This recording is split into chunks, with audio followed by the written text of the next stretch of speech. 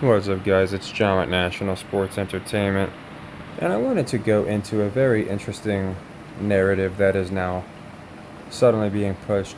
Now, this article, this outlet that I'm going into, they're basically a dying slash dead publication, and their opinions are just laughably politically motivated, and I'm not using them as a good frame of reference.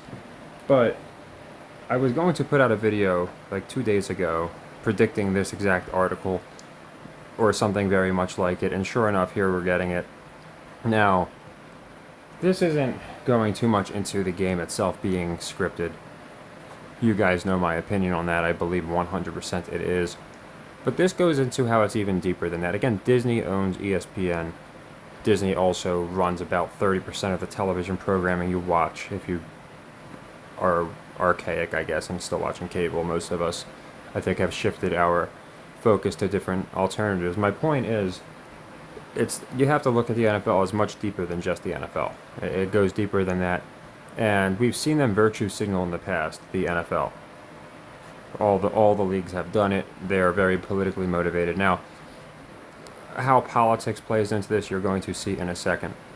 So anyway, when I saw this game, I had seen an article about a week ago. You guys might know what I'm referring to, regarding the Chiefs, and I was waiting for a response from the sports voices in the world, the Stephen A. Smiths, the whoever they may be, the not going to be really the commentators that are commentating the game, but your first things first guys, your Shannon Sharps, whoever. So I'm waiting for a response. We don't get one. We don't get anything about this article. I'm about to go into the article in a second. It's not this article. This article is put out after the article I saw about a week ago. Now, Deadspin is putting out that the NFL must be scripted. And the NFL themselves made a point of saying, "Oh, did you see that Chiefs game? Chiefs fans are infuriated. They're incensed." There's art, and I'll show you some of the articles. But they go into, I don't feel like, let me see. Okay, I guess they just want you to watch their video. I guess it's not an article. Either way, this is what they're putting out now, and this isn't important. The reason it's not important is it's a completely 100% a distraction technique. They use this in the media all the time. The sports media is no different. So why would they be coming out and making sure people are aware that a Sunday night game was riddled with shenanigans? Well, it has all the Chiefs fans talking about that, and not this. And this is pretty comical. It's not comical for the kid. It's pretty comical, if you know, for the journalist, and just how ridiculous. This is again the same reporter, the Deadspin publication that is now calling the NFL scripted. Maybe they're trying to deflect from this doozy of a story. If you guys are not familiar, this kid, this Native American kid, by the way, his grandfather sits on a tribe that I'm not going to try and pronounce. Starts with a C. You can look it up. It's in Santa Ynez, California. But he's a Native American child. Now, of course, none of this was known at the time.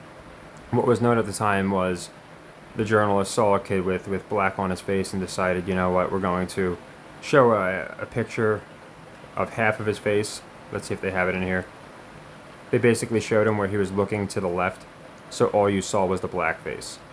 And what I found interesting is, I mean, you can read it through here, what happened. But the guy, essentially, let's go up to the top, actually. Let's see. They probably say what happened. If not, I'll explain. You can read any article you want, but I was trying to find the picture. The kid, okay, I can't see exactly what he put out. He basically put out how this kid found a way to offend both natives and black people. Because, again, the false news he was putting out was the kid was wearing blackface and he was wearing the headdress.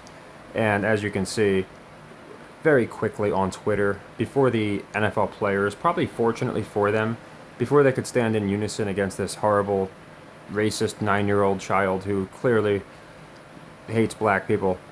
By the way, this journalist, his name is Karen. You can't make these things up. And it's spelled Caron, but he demands it be pronounced Karen. But the thing is, he puts out this article calling the kid racist, and obviously he's just wearing the team's colors. He was doing the tomahawk along with the players. If you watch any Florida State game, kind of interesting the Seminoles didn't make the playoffs. I wonder if it's related. I doubt it, but you never know how deep the rabbit hole goes. But you'll see a lot of people in college have their faces paint with the war paint of whatever team that they represent. But I guess they thought they had a gotcha moment with this kid, and they were gonna find him. And a lot of people ran with it immediately. They didn't know the story. They ran with it and said, "Oh, he was wearing blackface. Look what the world's coming to." Now the NFL remained completely silent on this issue, and I don't blame them for optics reasons, not wanting to be a part of this at all. But as you can see, Holton Armenta, he's the one that was accused of being threatened, and now he's suing for defamation, among other things. I understand why the NFL wanted no part of this, but this kid was close to the players. Like he was it looked like he was like in the seventh row or something, and they could see each other. You could see them celebrating. He's doing it along with them. It's kind of hard to miss something like this. So it was revealing to me when the players did not come out and attack the kid. Now, you might say why would they do that? Because they thought that, again, the journalist that put this article together really thought they had a smoking gun. They thought people were going to see this, shame the parents, and say it's unacceptable. When they found out it was a complete lie and a hoax, the players just sat on their hands. They haven't said a word. For the people that go on Twitter, the sleuths out there, I'm sure you guys could probably find a bunch of shameful, deleted tweets from players, sports voices, probably immediately reacting to it and attacking this kid. But again, the reason I bring this up is it just shows, in my opinion, how deep the corruption goes, how deep the scripting goes. I don't think it's a coincidence by any means that just a day or two after the lawsuit is announced, it might have even been the same day, Daily Mail saying it was 2 days ago, this is 2 days ago, Deadspin puts out a complete different article, fitting to their name, just doing a complete dead spin on their narrative, going from the Chiefs fan being racist to the NFL scripted, and the Chiefs-Packers game made that apparently obvious. So, again, to me, this is a complete deflection technique, and the NFL is definitely in on it, because if you look at these articles, it's kind of hard to ignore this, in my opinion. If you go to just Chiefs fan, just type in Chiefs fan. Now, again, if you're just following sports specifically, it's all over the news. You would think the Chiefs would have addressed this. And this is the picture they were showing. You see how he's turned one way. They got like the worst image of him, where he's just got his face turned one way. That was the only picture that Deadspin decided to post. And this was the original article that is in question, that they still haven't redacted, haven't taken down, retracted, I should say. And this was the original spin on it. Now you can see there's an update. I'm sure that they might have removed a few of their derogatory statements, but basically, from what I understand, the lawsuit's going forward because this schmuck refused to apologize and I guess doesn't understand, and there it is, the Chumash Indian tribe. I guess he doesn't understand how lawsuits work. I guess he didn't see the Nick Sandman case or any of the other cases where the media decided to run with a racism case before it happened. But again, to me, it's very revealing of the NFL, just how deep and dirty it goes. Because with all these articles, with it trending on Twitter, with everybody talking about it, these people who have virtue signaled for years and lost a ton of ratings in doing so, saying that the black voice has been oppressed, and saying that the gay voice has been oppressed, and saying that white people are ruining the world. And you had Joe Buck and Aikman coming out mocking the military, which, if you guys remember the flyover, where they had the military flyover, and they're like, oh, there's a good way to spend taxpayers' money. That wouldn't happen with Biden.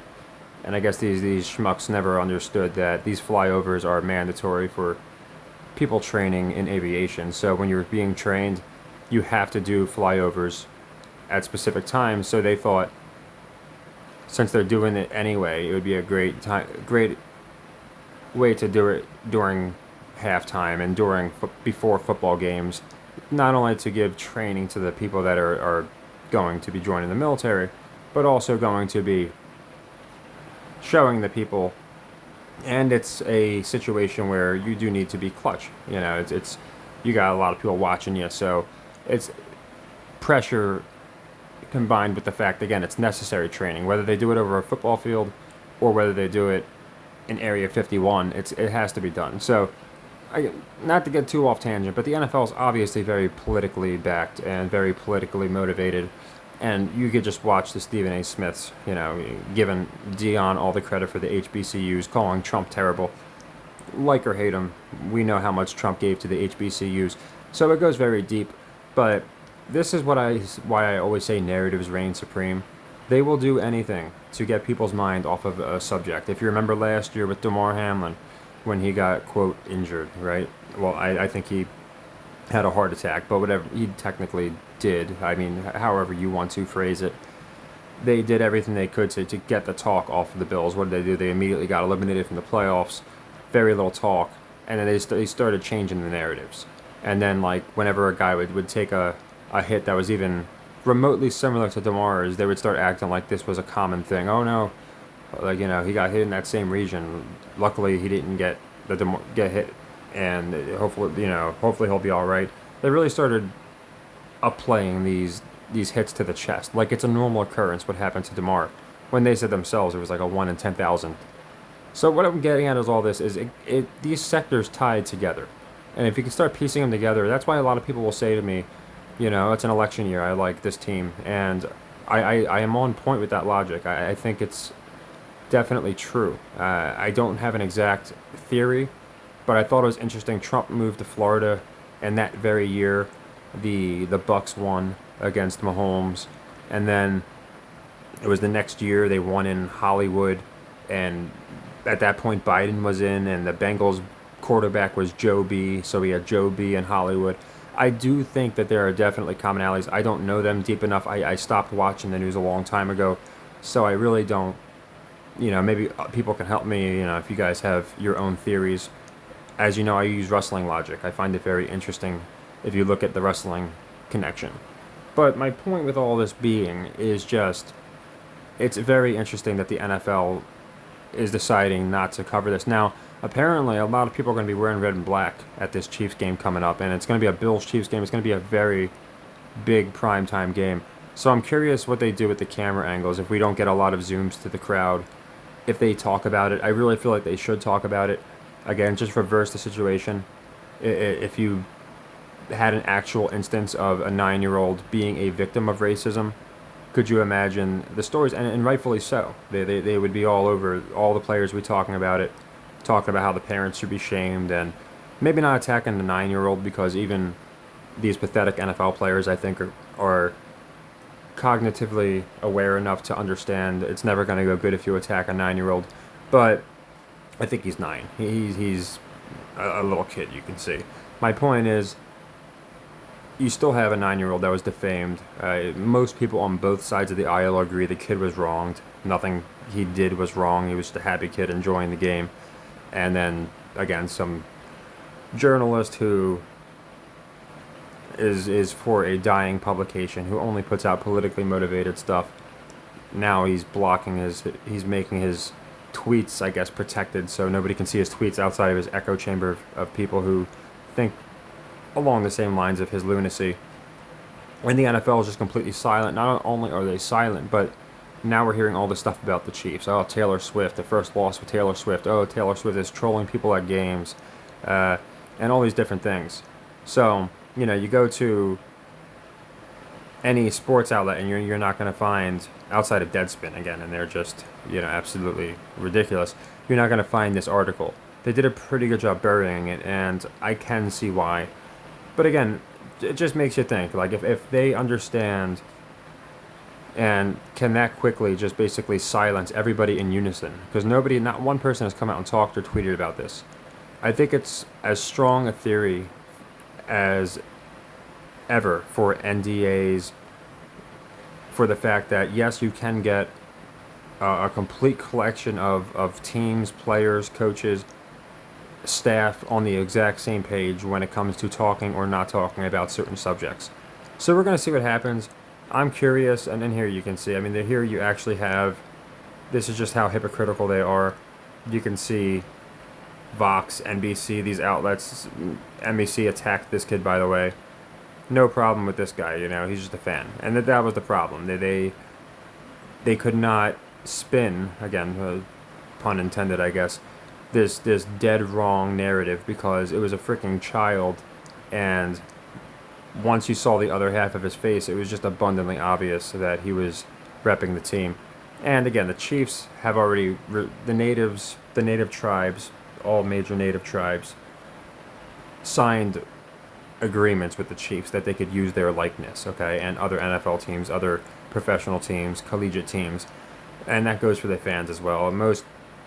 They did a lot of polling, and you can go to different articles, you can go to different whatever sources you think are the best on both sides. Again, the Native American population has stood up pretty strongly in defense of this fellow Native, again, I think that bears reporting, child who they said leave the kid alone, essentially.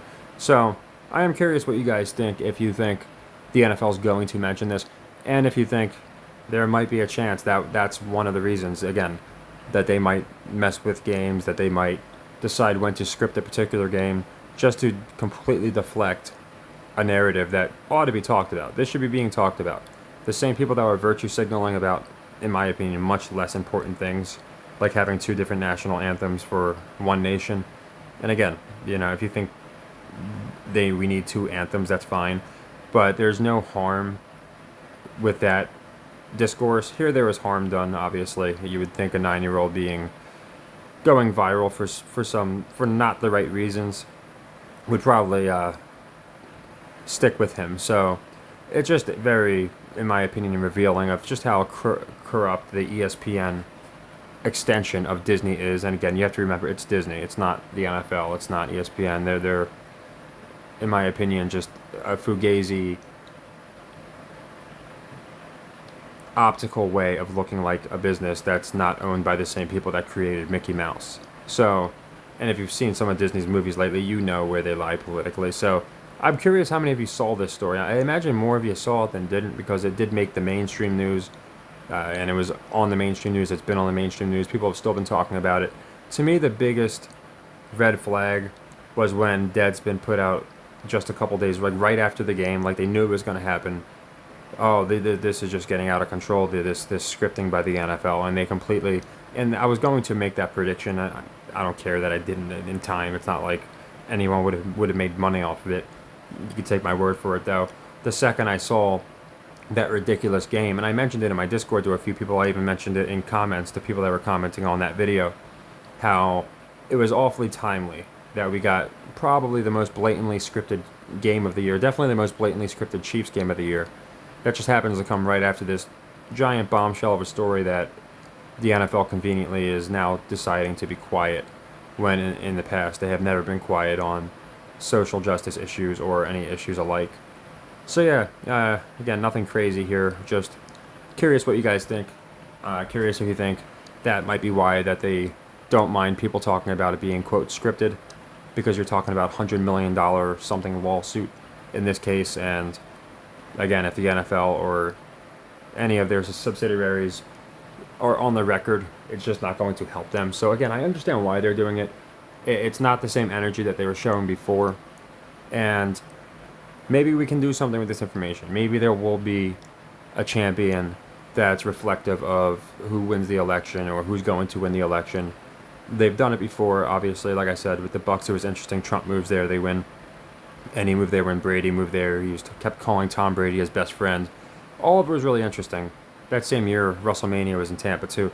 So I feel like it's all too connected to be a coincidence. But yeah, just I'm curious your opinion. Maybe if you stand on the other side, if you think this kid was out of line, or I guess more so his parents, voice your opinion. And I have no problem with people that want to voice their opinion. Unfortunately, it does seem it's 99%, especially in sports, leaning one way, where you're not going to really hear the other side of the opinion. You're not going to hear many people, in this case, defending the kid. Your big names, again, I'm waiting for the Stephen A. Smiths, I'm waiting for the Shannon Sharps, the Skip Baylesses, any of these guys to come out. But of course, they've all been instructed what to and what not to talk about. So that's why I just have no respect for any of them, if I'm being honest. But I wanted to cover this because I did think, again, it's tied into sports. It's tied into something much deeper than that. It's the reason I first made my channel. It's about corruption that goes way deeper than sports. It's in Hollywood. it's in the stock market, it's in politics, it's everywhere. So here's an example of it overlapping, and you'd think this kid would have been offered something. You think Kelsey might have said, "Hey, here are some shoes. Here's a Snickers bar. Here's something to make you feel better." But yeah, nothing. So I'm sure the NFL is going to remain quiet, but I'm going to be watching this Bills Chiefs game very, very closely because I have a feeling there might be a few chants that break out. There might be a couple rows of people that want to pay homage to this kid and show him some love and wear the red and black. And again, we'll see if there's any shenanigans that happen this week that are worse than Green Bay.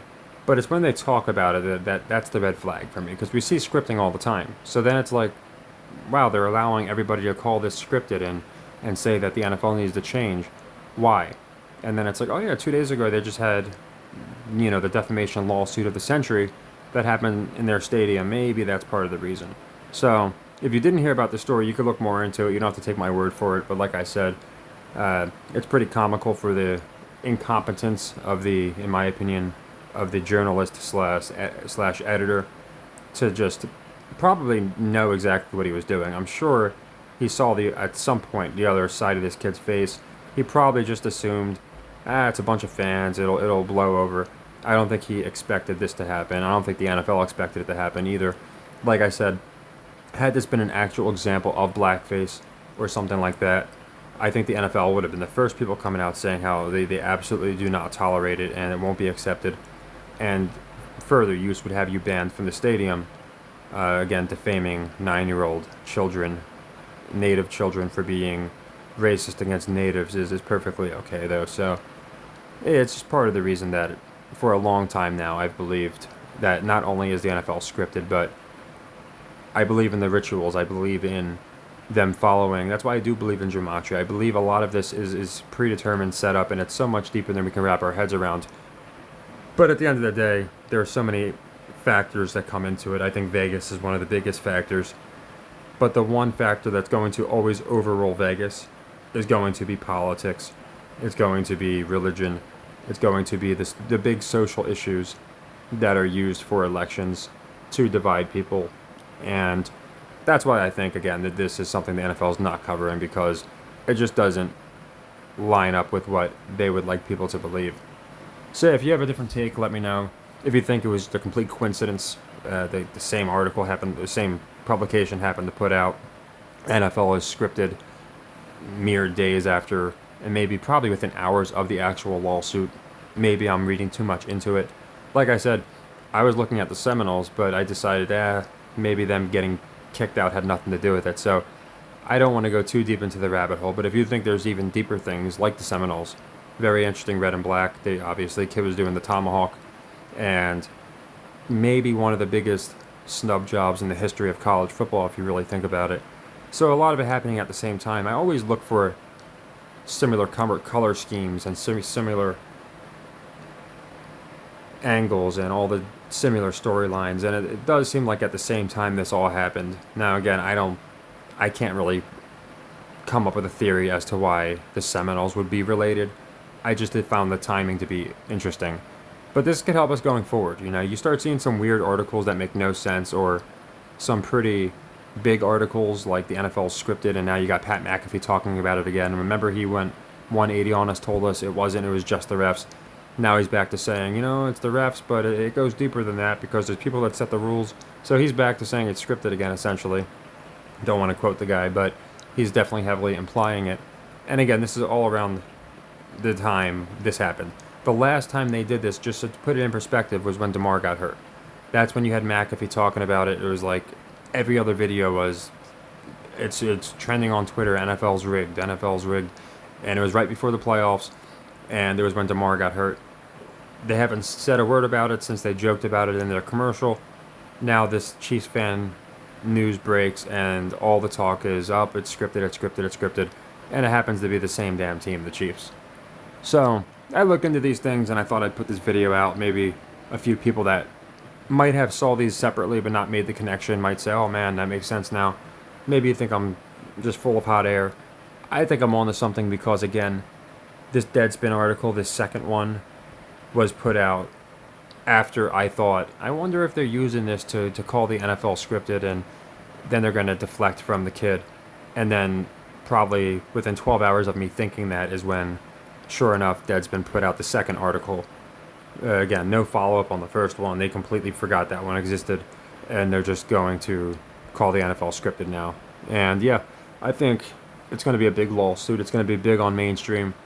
But I'm curious. I'd be surprised if the NFL mentioned this. We'll see. Maybe some ex-players come out. I know Jason Whitlock said something. He's literally the only guy. And from what I can tell, he doesn't have a great reputation. A lot of people don't like him for some reason, one reason or another. From what I've seen, he seemed to expose the league pretty good, so I don't know why he's hated that much. But basically, I think people were calling him like a sellout and, just a guy who's toxic. And I didn't watch enough of his stuff, but he's literally the only guy that I've seen cover this story. So, yeah, let me know what you think. Let me know what you think about the story. What you think it means for the Chiefs. Maybe they lose out, lose a couple games in a row. They had never lost 2 in a row. That's a huge story. I feel like they're going to do anything they can to get the talk off of this. So like I said, we could definitely use it going forward to pick the Chiefs correctly. And to me, a Bills win in Arrowhead for 2 losses in a row for the first time in Mahomes' career. Who's this kid's favorite player, by the way? What a good way to slap him in the face too, right? You have to remember there's so many layers to it. So yeah, I'm curious what you guys think about it, and I'll be getting out this week's NFL picks. I'll be dropping the basketball picks, obviously, coming up. The Pacers are in the semis. We're almost there. I have them winning the whole thing, so it'd be pretty interesting if they get that done. I think that would confirm that this is the Intercontinental Championship equivalent, this NBA Cup. And as you can see, we have 2 young, hungry teams, the Pelicans and Pacers, and the 2 teams that I have going to the finals, actually, the Celtics and Lakers. So really interesting, in my opinion. I think good money could be made on the Pacers still, because I think they're the 3rd favorite. They're certainly not. I know the Bucks and the Lakers are ahead of them. And I'm sorry, I had the Celtics and Lakers going to the finals, so it's not my finals picks. I don't have the Bucks going to the finals, but they beat my one finals pick, which is the Celtics. So be interesting if they beat the Celtics, Bucks, then the Pacers. I'm sorry, the Celtics, Bucks, then the Lakers. That's a pretty big story. You basically beat the 3 best teams as far as talent, and especially looking at 2 of the best franchises of all time. So you look how LeBron just played. It'd be really interesting if they give the Pacers the win. I think it makes a lot of sense. But I'll go more into basketball. I really wanted to spend the most of my time going into these 2 separate articles. The Deadspin calling the NFL scripted a couple days after they called this kid racist. So I wanted to see people's opinion. If you think that the NFL is definitely covering it up on purpose, if you think they'll say anything about it, and what you think the Bills-Chiefs game might have to offer as a result. So we'll see how everything goes. Like I said, I'll have our picks out. All the NFL picks I'll have out as usual, and I'll have the NBA picks. I want to thank everybody that's given the Patreon a shot. That's where I post just every pick I play: hockey, college basketball. I did all, tomorrow's schedule for the NBA, all that. So I want to appreciate everybody that gave that a chance because of videos like this, and just because of the way I am. It just, monetizing is not a possibility. I'm sure you guys know what happened to the first channel, so I know this video is not going to get me shut down, but videos like it, I have no doubt would, and especially with a human reviewing the account. So that's why I decided not to do that. So thank you for everyone that's shown support. I think, like I said, going forward especially, we'll have some pretty good reads over some of these teams. I think we have a good read over a lot of them already. But the Chiefs are going to be an interesting one. I really think they are. You got the Swift, now you got this kid, and then you got the fact that they're just in the news more than they've been all year. I think it's going to be a very interesting game versus Buffalo, which I'll definitely be covering. So take care and happy earnings.